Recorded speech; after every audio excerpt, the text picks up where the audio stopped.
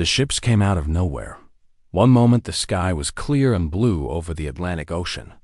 The next moment, 17 massive vessels hung in the air like dark mountains made of metal. They blocked out the sun over 3 continents. Their shadows fell across cities where millions of people stopped what they were doing and looked up in fear. Ambassador ThoughtHFY stood on the bridge of the lead ship and looked down at the planet below. He was tall and thin, with gray skin and 4 eyes that blinked in pairs. He had done this many times before. He had conquered 11 worlds for the Galactic Council. This would be his 12th. "Show me the intelligence report," he said to his assistant. The assistant, a small creature with too many arms, pulled up a holographic display. Images floated in the air between them. Humans riding horses. Humans fighting with swords. Humans living in small villages made of wood and stone. The survey was conducted 200 of their years ago, the assistant explained. At that time, they had just discovered basic gunpowder. Their most advanced transportation was wooden ships powered by wind. They should still be in their early industrial period at best. ThoughtHFY smiled. His teeth were sharp and black. Another easy conquest.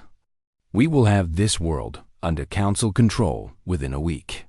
But something was wrong. The communication officer, a female Chiralian named Senth, suddenly stood up from her station. Her 4 eyes were wide with confusion. "Ambassador, we are being scanned." Scanned. ThoughtHFY turned to face her. "By what?" "I am detecting over 300 individual scanning systems. They are coming from the planet's surface, from objects in orbit around the planet, and from—" She paused and checked her readings again. "From aircraft that are approaching our position at high speed." ThoughtHFY felt the first tiny seed of doubt plant itself in his stomach.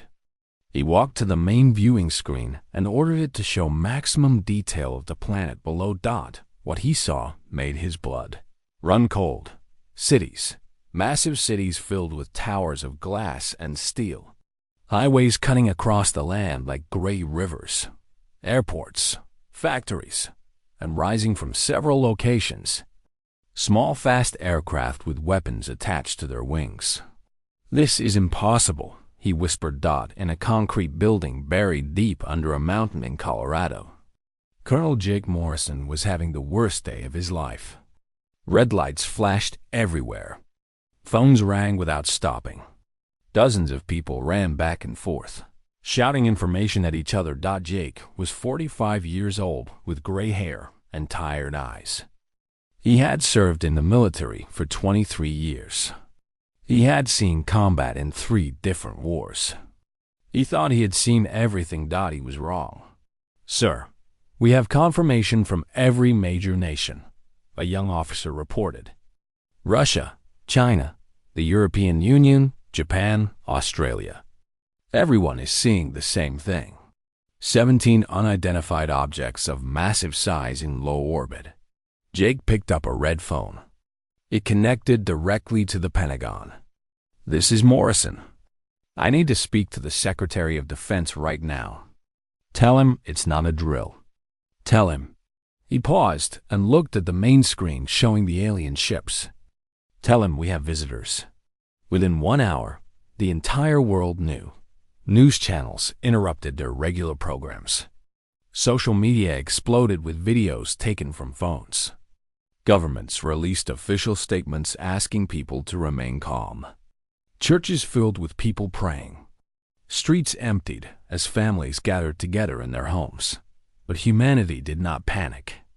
Not yet. At the United Nations headquarters in Geneva, Switzerland, Secretary General Lisa Hartwell gathered the most important leaders in the world for an emergency meeting. Lisa was 52 years old with short brown hair and green eyes that had seen too many crises. She had handled wars, diseases, and natural disasters. Now she had to handle this. "We need to communicate with them," she said firmly, "before they decide to communicate with us in a way we will not like." Scientists worked through the night. They broadcast messages in mathematics and music and every language on Earth. They sent pictures showing humans as peaceful. They sent the location of Geneva and an invitation to talk. And to everyone's surprise, the aliens accepted. A single small ship separated from the main fleet and descended through the clouds. It landed in a field outside Geneva as the whole world watched on live television. The ship was silver and smooth, shaped like a teardrop. A door opened. A ramp extended. Ambassador Wasn'tHFY walked down the ramp with 6 guards behind him. He wore flowing robes of deep purple. His gray skin looked pale under Earth's yellow sun. His 4 eyes studied everything around him with obvious suspicion. Lisa Hartwell walked forward to meet him. She wore a simple blue suit.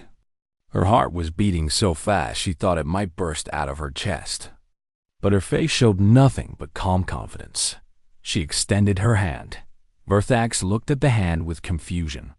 One of his guards whispered something to him. He nodded slowly and reached out to shake it. "Welcome to Earth," Lisa said. "I am Secretary General Lisa Hartwell. I speak for the United Nations, which represents most of the nations of our world." Wasn'tHFY tilted his head. The translation device in his ear worked quickly, converting her words into his language. "I am Ambassador Wasn'tHFY of the Kyrelian Empire. I speak for the Galactic Council, which rules this region of space." He paused and looked around at the cameras. The soldiers standing at a respectful distance. The helicopters circling overhead.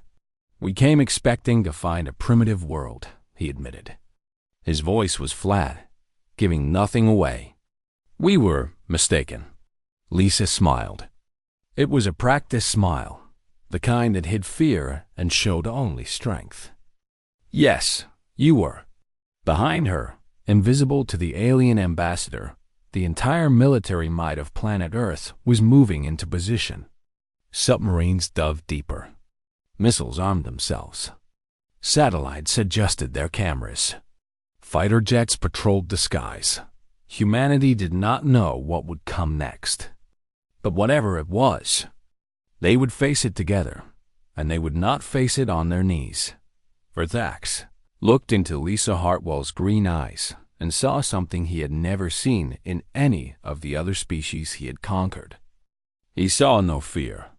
He saw no submission. He saw only a quiet, burning determination that made him deeply uncomfortable. For the first time in his long career, Ambassador Wasn'tHFY wondered if he had made a terrible mistake. The real negotiations had not even begun, and already the Council's plans were falling apart. The Council decided to teach humanity a lesson.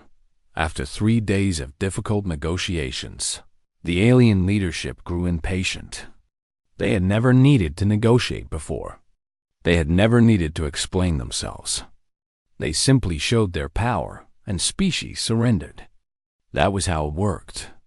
That was how it had always worked, so they decided to show their power. The island was called Henderson Island. It sat alone in the South Pacific Ocean, far from any major shipping routes. No humans lived there.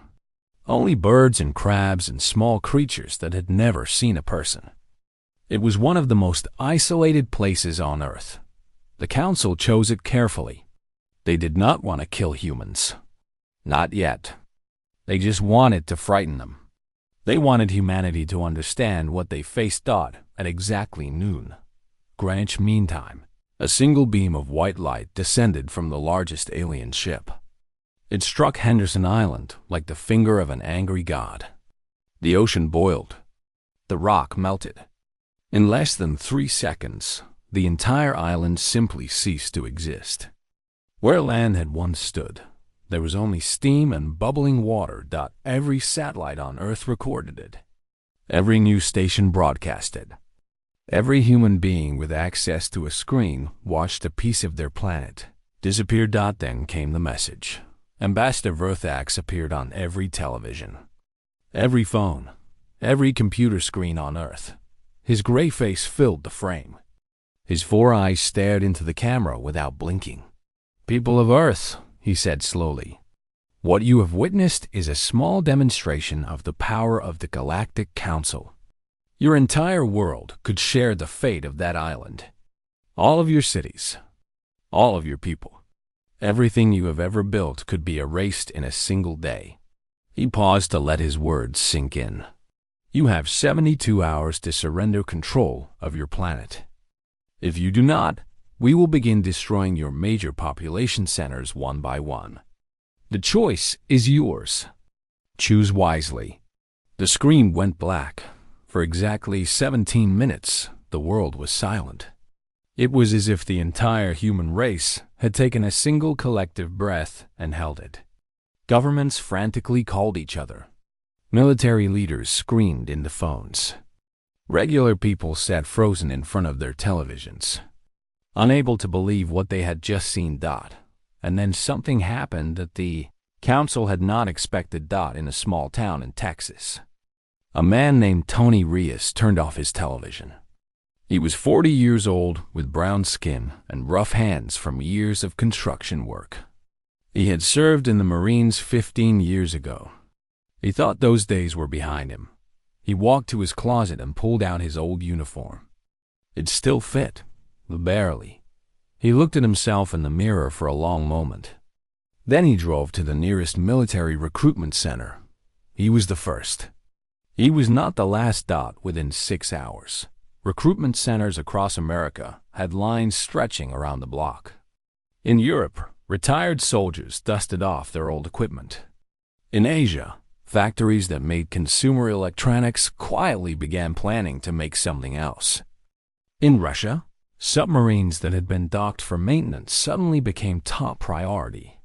The aliens monitored human communications. They expected panic. They expected governments to fall.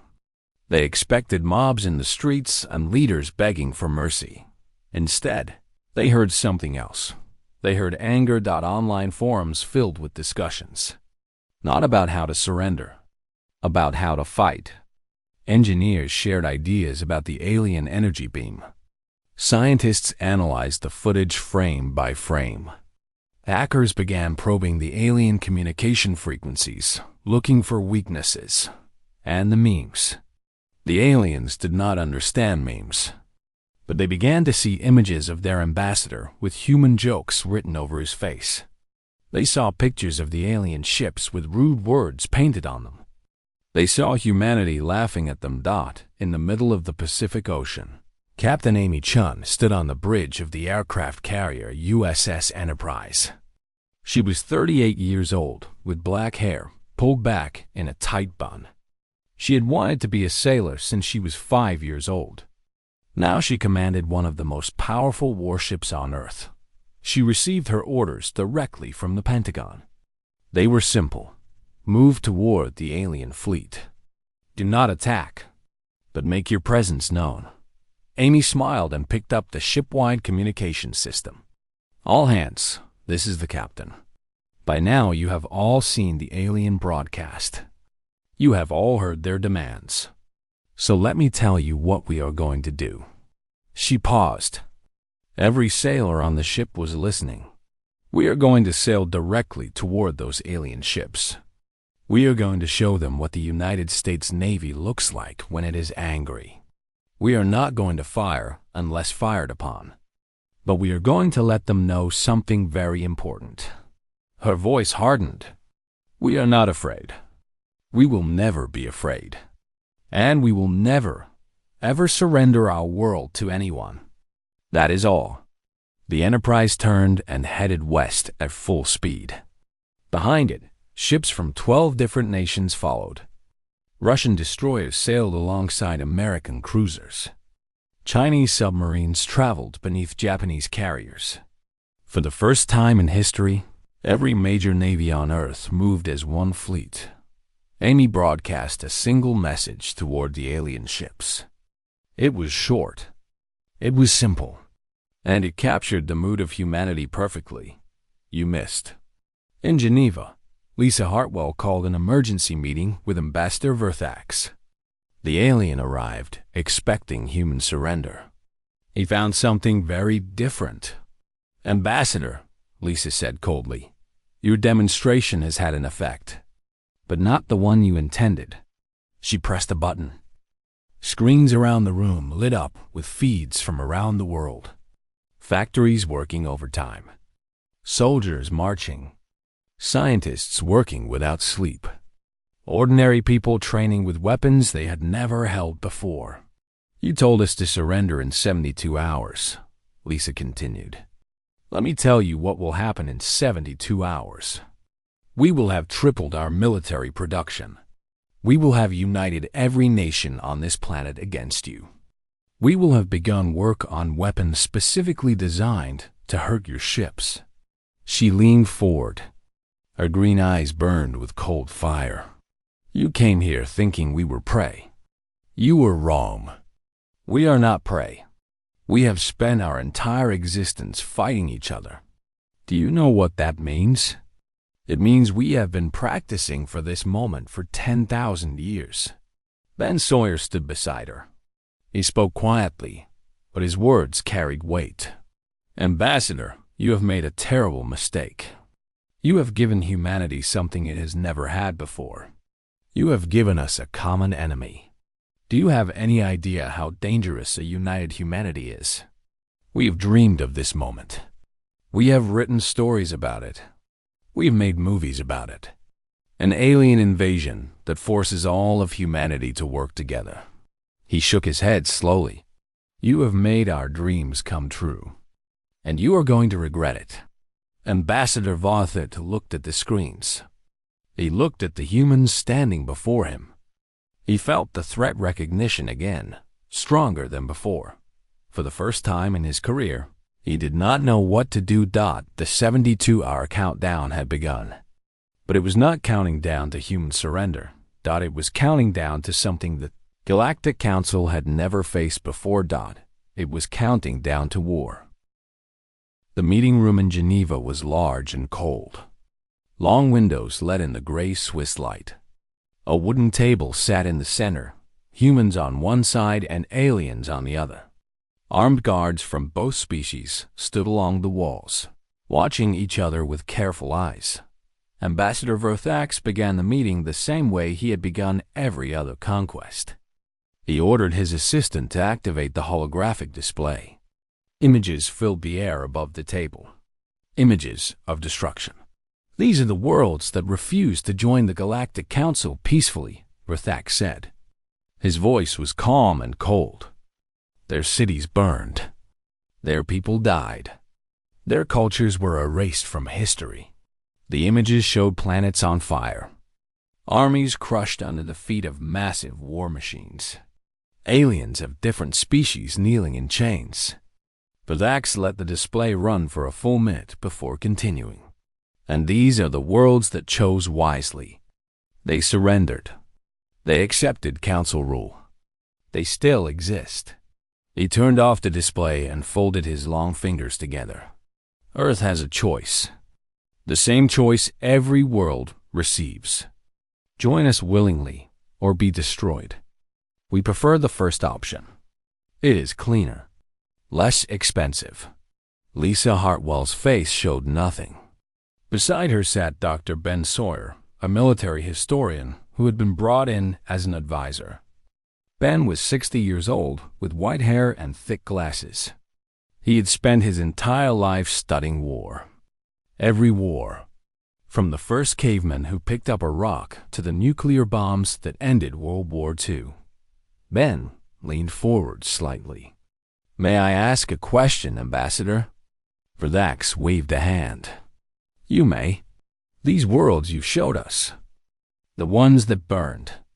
How long did they fight before they surrendered? Verthax blinked all four eyes. The question confused him. Fight? They did not fight. Once we demonstrated our power, they surrendered immediately. All species do. It is the logical choice when facing a superior enemy. Ben nodded slowly. I see. And in all your history of conquest, how many species have actually fought back? I mean really fought. Refused to surrender no matter what. There was silence in the room. Verthax looked at his guards. They looked back at him with the same confusion. None, the ambassador finally admitted. No species has ever chosen destruction over submission. It would be irrational. Ben smiled. It was not a friendly smile. Ambassador, you have clearly never studied human history. He pulled out a small tablet and placed it on the table. He pressed a button, and his own images began to appear in the air. This is Stalingrad, 1942. The people of this city were surrounded by a powerful enemy. They were starving. They were freezing. They had almost no weapons. They were ordered to surrender. Instead, they fought for 5 months in the ruins of their own city. They won. The image changed. This is a place called Thermopylae. 300 warriors stood against an army of over 100,000. They knew they would die. They fought anyway. Another image. This is Masada. 900 people chose to die rather than become slaves. They had the option to surrender.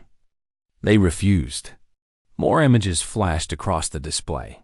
Normandy, Iwo Jima, the Warsaw Ghetto, the siege of Leningrad. People fighting in the streets. People fighting in the snow. People fighting with guns, with knives, with their bare hands. Then turned off the display. Humans do not surrender, Ambassador. We never have. We probably never will. It is not in our nature. Up in orbit, Admiral Kethra watched the meeting through a hidden camera in one of the ambassador's buttons. She was old for a Karelian, nearly 200 years old, and she had commanded fleets in 6 different wars. She thought she understood violence. Now she was beginning to realize she understood nothing. Her intelligence officers had spent the last 12 hours studying Earth's history. What they found had disturbed them deeply. The data filled thousands of files. Wars fought over religion. Wars fought over land. Wars fought over ideas. Wars fought for no clear reason at all. One young officer approached her nervously. Admiral, I have completed my analysis of human warfare. Report, Kethra ordered. In the last 500 years alone, humans have killed approximately 500 million of their own kind in organized conflicts. This does not include smaller violence such as murders or crime. This is only war. Kethra felt her stomach's turn. 500 million? Killed by their own species? Yes, Admiral. And their weapons have become increasingly destructive over time. Their current nuclear arsenal could destroy all life on their planet several times over. Yet they continue to build more. They continue to prepare for more war. The officer hesitated before continuing. Admiral, there is something else. Something that does not make sense. What is it? Their art, their stories, their entertainment. A significant portion of it involves war. They write stories about war. They make games about war. They build monuments to soldiers who died in war. War is not just something they do when necessary. It is, he struggled to find the right words. It is part of who they are. They celebrate it. Kethra stood alone by the viewing window, staring down at the blue and green planet below. Such a beautiful world. Such a deadly species. She had conquered planets where the inhabitants had claws that could cut through metal. She had fought creatures twice her size who could breathe fire. None of them had frightened her. These small, soft beings with their short lives and their strange eyes frightened her more than anything she had ever encountered. She picked up her communication device and recorded a message to the council. This is Admiral Kethra requesting an emergency strategic review. The inhabitants of this planet are not like the others. They are persistence predators with an apparent addiction to violence. They do not fight to win. They fight because fighting is what they are. I recommend extreme caution in all further dealings with this species. The council received her message. They read it carefully. Then they deleted it and sent back a simple reply. Continue with standard conquest protocol. Do not question your orders again. Kethra read the reply and felt something cold settle in her chest. The council was making a mistake. A terrible mistake. But she was a soldier, and soldiers followed orders. She just hoped she would live long enough to regret it. Back on Earth, in the meeting room in Geneva, Ambassador Wasn'tHFY was experiencing something his species called threat recognition.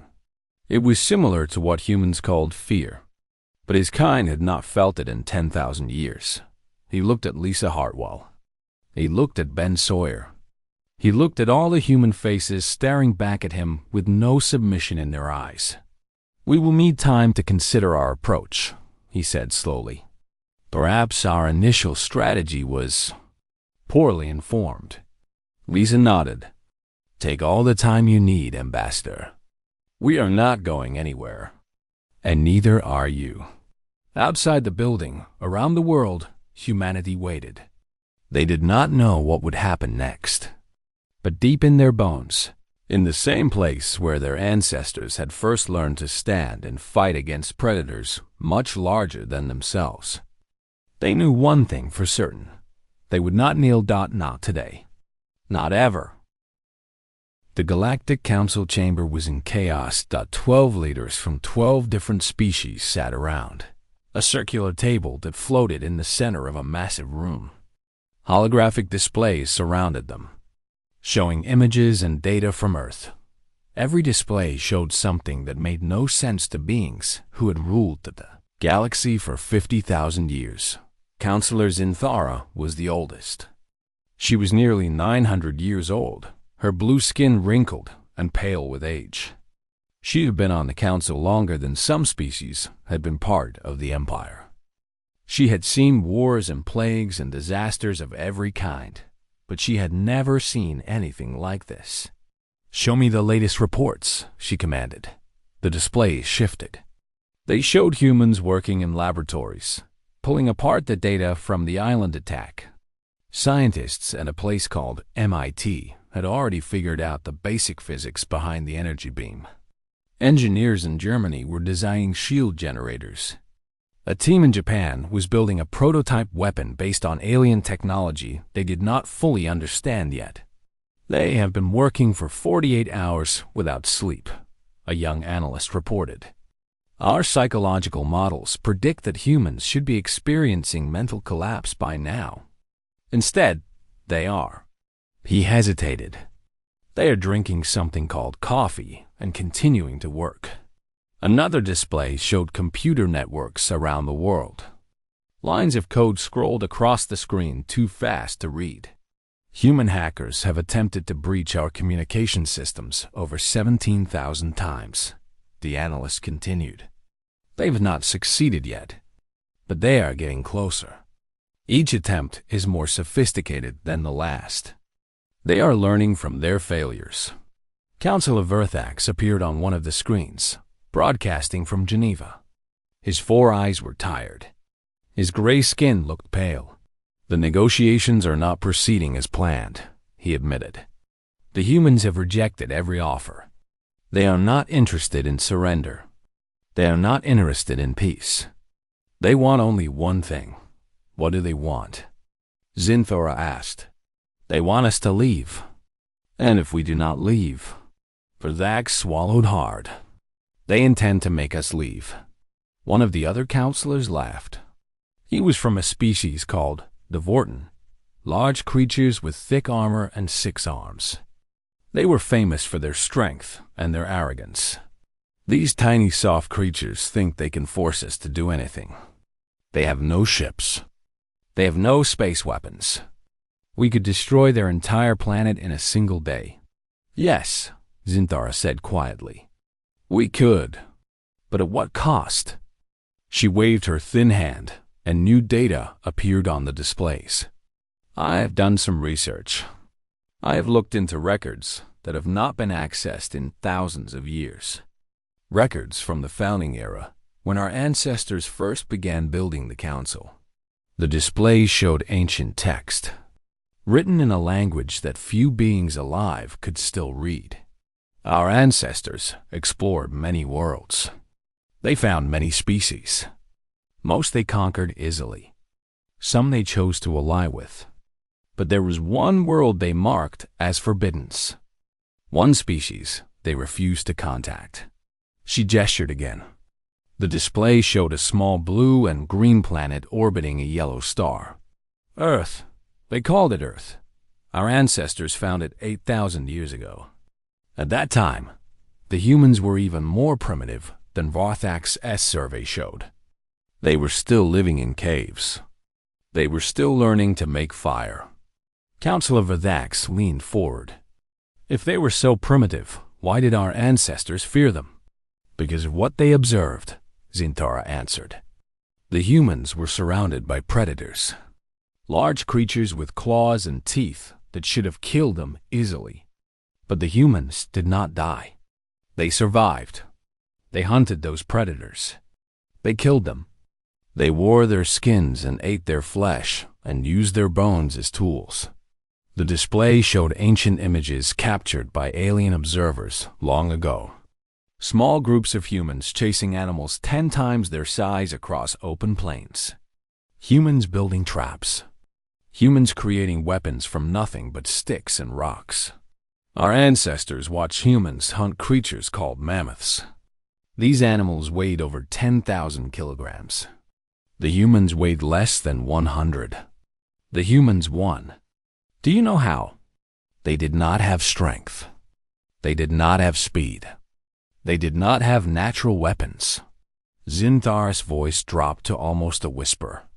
They had patience. They chased those animals for days without stopping. They took turns running while others rested. They followed the animals until the animals simply could not run anymore. And then they killed them. The room was silent. Our ancestors called them persistent predators. Creatures that never stopped. Never gave up. Never surrendered. They classified Earth as a category Omega threat and marked the system as forbidden. They believed that if humanity ever developed technology, they would be too dangerous to confront. She looked around at the other counselors. Somewhere in our history, that classification was lost. Those records were buried. And now we have woken the very monsters our ancestors feared. Up in orbit, Admiral Kethra sat alone in her quarters, reading the same ancient records on her personal screen. Her hands were trembling. She had served the Council faithfully for 150 years. She had never questioned an order in her life. Now she was questioning everything. Her communication device beeped. It was a private channel, encrypted so heavily that even Council intelligence could not break it. The message was from her oldest friend, a retired admiral who now taught military history at the Academy. Kethra, I have seen the reports from Earth. I have read the same ancient files you are probably reading now. Listen to me carefully. The Council is making a mistake that could destroy us all. Those creatures down there are not like anything we have ever faced. If you push them, they will not break. They will adapt. They will learn. They will follow you home. Kethra closed her eyes. She knew her friend was right. There is only one option, her friend continued. Negotiate. Give them whatever they want. And then leave their space forever. Mark it as forbidden again and pray that they forget we exist. Because if they remember us, if they decide we are a threat that must be eliminated, they will spend the next 1,000 years building ships and weapons. And then they will come for us. Not to conquer. Not to negotiate. They will come to make sure we can never threaten them again. Kethra opened her eyes. She looked out the window at the blue planet below Dot. She had seen the recordings from their history. She had watched humans charge into certain death rather than retreat. She had watched them rebuild cities that had been completely destroyed. She had watched them create weapons that could kill millions and then create even more powerful weapons just in case. And she had seen something else. Something that truly terrified her. She had seen them smile while doing it. These creatures did not fight because they had to. They fought because something in their very blood demanded it. Violence was not their curse. It was their gift. It was what made them human. Admiral Kethra made her decision. She began recording a secret message, not to the council, but to her own government. A message that would brand her a traitor. A message that might save her entire species. "Recommend immediate withdrawal," she said into the recorder.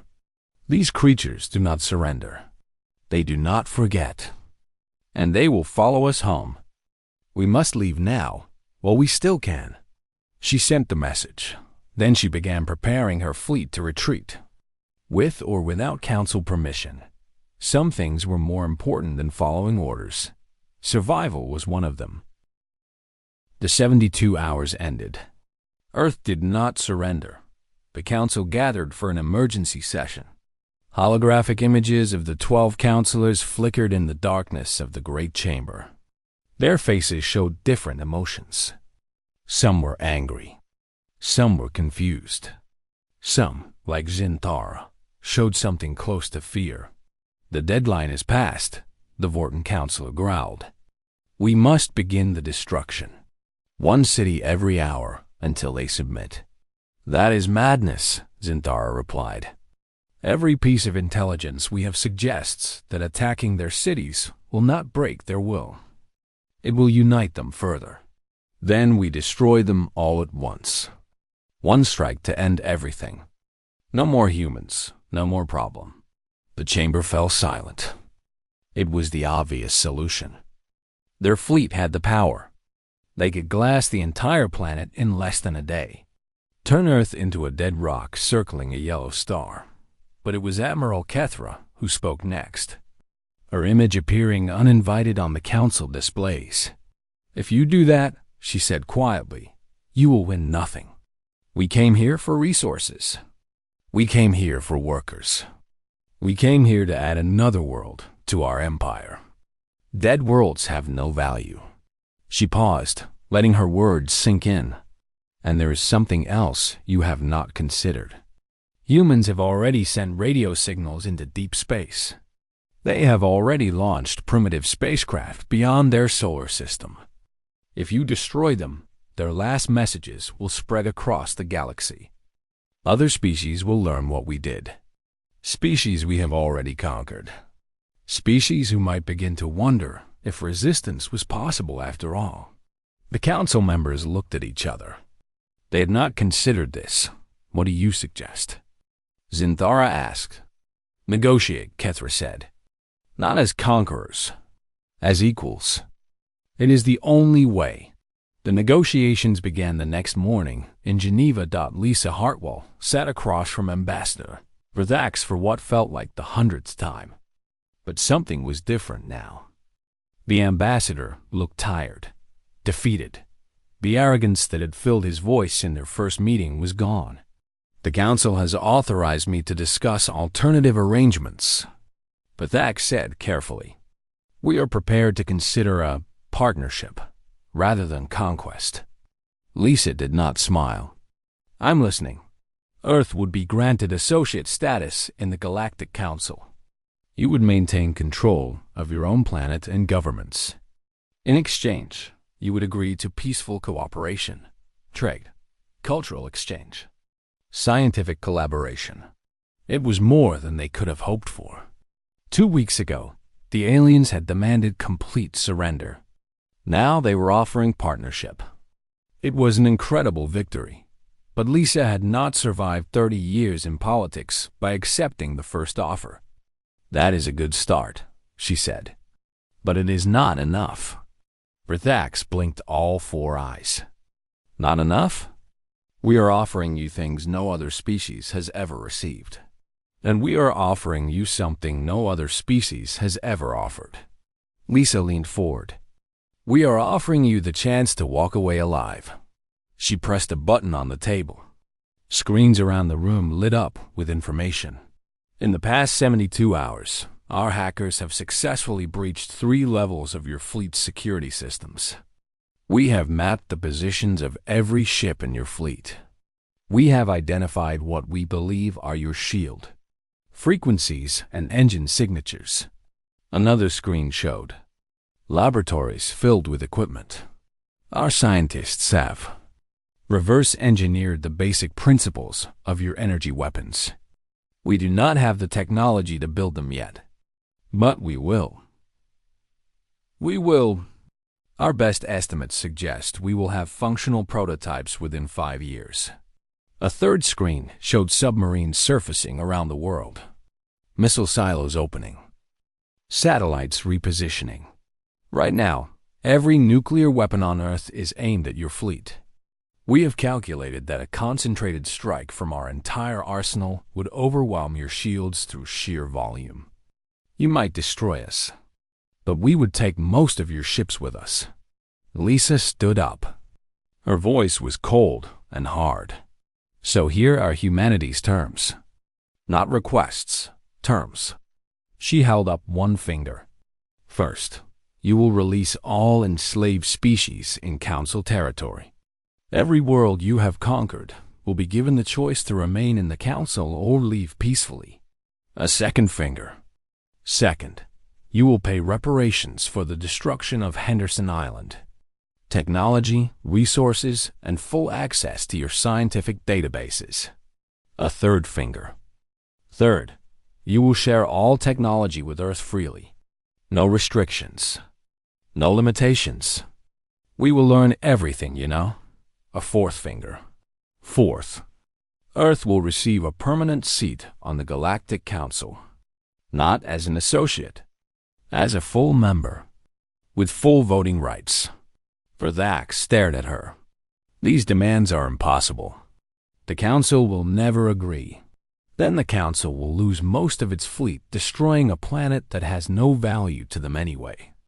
And every species in your empire will know that a primitive world with no space technology fought you to a standstill. Lisa smiled coldly. How long do you think your empire will last after that? How many of those conquered species will start thinking that maybe they could resist too? The ambassador had no response. 2 days later, the treaty was signed. Not everything Lisa demanded was granted. The Council refused to release all conquered species. But they agreed to a review process. They agreed to reparations. They agreed to technology sharing with some limitations. And they agreed to a permanent human seat on the Council. It was more than any species had ever achieved through negotiation. It was more than most species had achieved through war. The signing ceremony was broadcast across the galaxy. Billions of beings on thousands of worlds watched as Lisa Hartwell pressed her hand to an alien document, binding humanity to the Council and the Council to humanity. When it was over, Admiral Kethra requested a private meeting with Dr. Ben Sawyer. They met in a small room overlooking the lake. I have studied your history extensively, Kethra said. I thought I understood violence. I thought I understood war. But humans are something different, something I cannot fully explain. Ben nodded. We are not proud of everything we have done. Our history is filled with terrible things, genocides, atrocities, weapons that should never have been built. And yet, you survived. You thrived. Kethra shook her head slowly. My people evolved as herd animals. We submit to stronger predators because that is how we survived. Humans evolved as hunters. You became the predators that everything else feared. She looked out the window at the peaceful lake. There is something I must tell you. Something the Council does not want you to know. We have encountered over 2,000 spacefaring species in our history. Many of them were intelligent. Many of them were advanced. But none of them were like you. She turned to face Ben directly. You are the only species that fights among yourselves and grows stronger because of it. Every war you have fought has made you more dangerous. Every defeat has made you more determined. You learn from your enemies. You adapt. You improve. Kethra paused before delivering her final words. The Council fears you now. But in 100 years, when you have our technology and our knowledge, they will fear you even more. You will spread across the stars the same way you spread across your own world. Nothing will stop you. Nothing can stop you." Ben was quiet for a moment. "Is that a warning?" "It is a prediction." Cathra walked to the door. "My ancestors were right to fear this planet. I only hope that when humanity reaches the stars, you remember that not all of us were your enemies." She left without another word. That evening, the alien fleet departed Earth orbit. They accelerated away from the sun and vanished into hyperspace, leaving behind a planet forever changed. Lisa Hartwell watched them go from the roof of the United Nations building. Ben Sawyer stood beside her. "We did it," she said quietly. "We actually did it." "The hard part is just beginning," Ben replied. "Now we have to live up to our own legend. We told them we were dangerous. We told them we were persistent. We told them we would never surrender." He looked up at the stars. "Now we have to prove it. Not through war. Through building. Through exploring.